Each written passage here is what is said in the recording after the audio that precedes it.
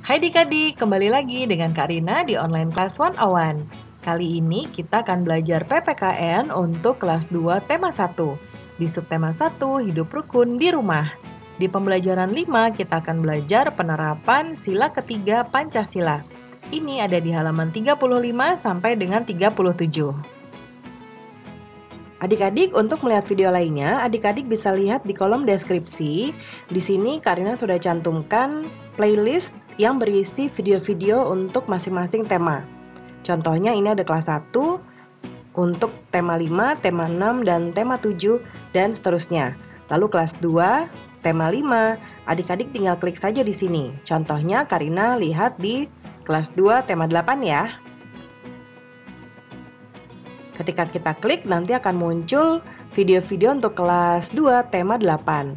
Nah, ini akan berurutan mulai dari halaman 1 sampai 5, halaman 5, dan seterusnya. Ya, jadi adik-adik kalau ingin mencari video lain, nanti carinya di sini ya.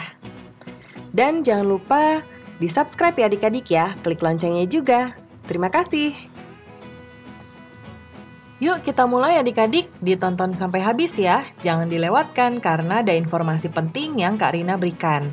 Dan diulang lagi videonya sampai adik-adik benar-benar paham. Ini ada di halaman 35. Udin dan Mutiara rukun dalam melakukan tugas-tugas di rumah. Mereka mempunyai tugas membersihkan rumah dan halaman. Bagaimana agar tugas itu dapat diselesaikan dengan baik? Nah, bacalah teks berikut. Kebersihan rumah tempat tinggal Udin selalu terjaga. Setiap anggota keluarga bertugas menjaga lingkungan rumah. Udin dan Mutiara bertugas menjaga keindahan halaman rumah. Mereka melaksanakan tugas dengan cara bekerja sama. Udin menyiram tanaman, Mutiara menyapu halaman. Halaman rumah selalu indah dan rapi. Ayah dan ibu senang karena anak-anaknya cepat kaki, ringan tangan. Nah, adik-adik, coba kita lihat ya. Dari bacaan di sini ada Udin dan Mutiara selalu rukun dalam melakukan tugas-tugas di rumah. Nah, coba adik-adik di rumah rukun tidak dengan adik dan kakak? Harus ya. Nah, lalu di sini bagaimana agar tugas itu dapat diselesaikan dengan baik, yaitu dengan membagi tugas dengan adil. Ya, dengan adil itu berarti contoh, Udin kan masih kecil ya. Jadinya seperti contoh di sini Udin menyiram tanaman. Ya. Lalu kakak Mutiara karena kakak Mutiara perempuan jadinya menyapu halaman. Ya, jadi dibagi dengan adil sesuai dengan kondisi masing-masing. Karena Udin masih lebih kecil dari kakak jadinya menyiram tanaman ya. Nah, kemudian juga bertanggung jawab pada tugas masing-masing. Ya, berarti Udin tugasnya menyiram tanaman, berarti harus bertanggung jawab melaksanakannya dengan baik. Jangan asal-asalan dan juga jangan berceceran kemana-mana. Sudah selesai dimatikan airnya dan juga airnya nggak boleh dibuang-buang ya buat mainan. Ya. Nah, kemudian membantu tugas lain ketika tugas kita sudah selesai lebih dulu. Misalnya Udin sudah selesai duluan. Ya, lalu kakak misalnya lagi menyapu, Udin bisa membantu mengambil pengki ya namanya yang buat nanti sampah-sampah yang udah dikumpulkan oleh Kak Mutiara dimasukkan ke pengki untuk supaya bisa kita buang ke tempat sampah. Atau misalnya Kak Mutiara udah selesai duluan. Ya. Nah, lalu Kak Mutiara bisa membantu Udin supaya lebih cepat selesai menyiram tanamannya. Ya, misalnya Udin pakai selang ya.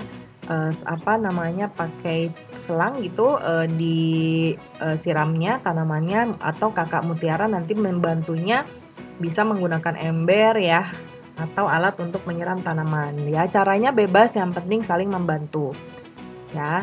Nah, kemudian kita diskusikan yuk pertanyaan-pertanyaan berikut. Nah, dari teks bacaan ini ada pertanyaan yang perlu kita jawab. Nah, yang nomor 1, mengapa halaman rumah Udin selalu indah dan rapi? Ini ya, indah dan rapi. Nah, karena sering dibersihkan. Kok tahu dari mana sering dibersihkan? Coba kita lihat ya. Jadi, setiap anggota keluarga itu di rumah Udin bertugas menjaga lingkungan rumah ya. Nah, tugas siapa yang menjaga halaman rumah? Yaitu Udin dan Mutiara. Ya, nah, jadi selalu disiram, selalu disapu, jadinya indah dan rapi. Lalu nomor 2. Apa akibatnya bila Udin dan Mutiara tidak bekerja sama? Coba adik-adik, kalau kita bekerja sama, kita bisa menyelesaikan tugas dengan lebih cepat ya dan lebih baik. Tapi kalau kita tidak bekerja sama, berarti pekerjaan akan lebih lama selesainya. Ya, misalnya yang kerja hanya Udin aja, Udin maunya cuma nyiram tanaman yang ini aja. Berarti sisanya Kak Mutiara, pasti nanti jadi lebih lama ya. Nah, kemudian yang berikutnya, nomor 3. Apakah sikap Udin dan Mutiara menunjukkan pengamalan sila Pancasila? Betul ya, ini sila Pancasila. Nah, kemudian sila keberapa? Ini pertanyaan nomor 4. Ya. Jadi untuk pertanyaan pertama, ini tidak langsung disebutkan silanya berapa karena pertanyaannya adalah ya atau tidak. Ya. Jadi apakah sikap Udin menunjukkan pengamalan? Ya, iya atau tidak, menunjukkan atau tidak. Baru pertanyaan keempat, silanya sila keberapa? Nah, coba kita lihat adik-adik. Mereka bekerja sama dalam melaksanakan tugas. Ya. Jadi ini sila kedua. Ya, coba sila kedua apa adik-adik bunyinya? Ya. Nah, kita ke sini dulu ya. Jadi sila kedua adalah kemanusiaan yang adil dan beradab. Nah, jadi makanya tadi Kak Rina bilang di pertanyaan sebelumnya yang ini ya, bagaimana agar tugas dapat diselesaikan dengan baik, membagi tugas dengan adil. Ya, sama dengan sila kedua ini. Nah, adilnya membagi pekerjaan membersihkan rumah merupakan pengamalan sila kedua. Ya. Kemudian berikutnya masih ada nomor 6. Menurut pendapatmu, apakah Udin dan Mutiara mengamalkan sila ketiga Pancasila? Nah, kalau tadi kan sila kedua ya, adik-adik yang terkait dengan keadilan dalam berbagi tugas.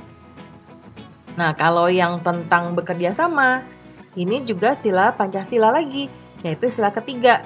Nah, kenapa? Nah, karena mereka bersatu dalam melakukan pekerjaan membersihkan rumah, ya mengerjakannya bersama-sama. Sila ketiga apa bunyinya? Persatuan Indonesia. Jadi kita harus bersatu walaupun kita mengerjakan yang berbeda-beda, tapi kita bersama-sama. Nah, ini termasuk ke sila ketiga Pancasila, ya. Nah, masih ada nomor 7, tuliskan pengalamanmu di rumah dalam menerapkan sila ketiga Pancasila. Nah, Karina contohkan dari Karina ya. Misalnya di sini ketika waktu makan tiba, ibu menyiapkan makanan, ya, kakak menata meja makan, dan aku membantu. Nah, ini ada salah ketik ya, membantu ya adik-adik. Karina benarkan sebentar ya. Nah, ini sudah membantu ibu. Aku membantu ibu membawakan makanan ke meja makan dan ayah menyiapkan minum. Kami bersatu dalam mengerjakan pekerjaan rumah. Nah, jadi ini kita saling bersatu. Jadi jangan hanya ibu aja yang menyiapkan makan sampai semuanya sudah siap untuk disantap. Tapi harus bekerja sama karena kalau ibu sendirian, coba bayangin, ibu udah masak ya, lalu habis itu selesai masak baru menata meja makan dulu. Habis itu baru membawa makanannya dulu, lalu mengambil minum dulu. Pasti waktunya akan lebih lama. Ya, tapi kalau yang mengerjakan banyak ya, bekerja sama seperti ini, maka akan lebih cepat. Ya. Nah, seperti itu. Lalu masih ada nomor 8. Apa makna dari ungkapan cepat kaki ringan tangan? Itu ada di sini adik-adik. Ya. Cepat kaki ringan tangan. Apa sih artinya? Ini sebetulnya sudah ada di pembelajaran-pembelajaran sebelumnya ya di bahasa Indonesia. Artinya yaitu rajin dan sigap dalam mengerjakan suatu pekerjaan. Ya, cepat kaki ringan tangan. Cepat kaki itu istilahnya cepat ya, atau sigap, atau bahasa lainnya kalau bahasa Jawa itu sergep gitu ya, sergep atau sigap atau cepat dalam mengerjakan pekerjaan ya. Nah, ringan tangan itu maksudnya adalah tidak malas ya melakukan pekerjaan. Jadinya cepat kaki ringan tangan artinya rajin dan sigap dalam mengerjakan suatu pekerjaan. Nah, ini untuk menulis hasil diskusi tadi jawabannya sudah Karina berikan ya. Nah, kemudian adik-adik ceritakan pengalamanmu dalam menerapkan sila ketiga Pancasila di rumah. Karina contohkan ya. Nanti adik-adik boleh kok menggunakan bahasa sendiri dan cerita adik-adik sendiri. Itu malah lebih bagus. Nah, ketika diadakan kerja bakti membersihkan lingkungan rumahku, aku sekeluarga turut serta. Bapak-bapak atau para bapak ya membersihkan selokan dan rumput, anak-anak memunguti sampah-sampah yang berserakan, dan para ibu menyiapkan makanan dan minuman untuk disantap bersama saat beristirahat. Jadi semuanya kerjasama nih adik-adik, bersatu ya. Bapak-bapak bersihin selokan. Ya bersihinnya juga bukan selokan sendiri aja, tapi semuanya dibersihkan. Yang dekat lapangan, yang dekat mana. Biasanya kalau kerja bakti ini, kita mengerjakannya per RT gitu ya, adik-adik, atau misalnya per area rumah tertentu. Ditentukan saja dari semuanya yang ada di sana. Nah, ini contohnya. Kemudian berarti pembelajaran kita sudah selesai ya adik-adik. Terima kasih sudah menonton sampai akhir. Mohon dimaafkan apabila ada kesalahan dalam perkataan maupun dalam materi yang diberikan. Sampai jumpa di video berikutnya. Dadah!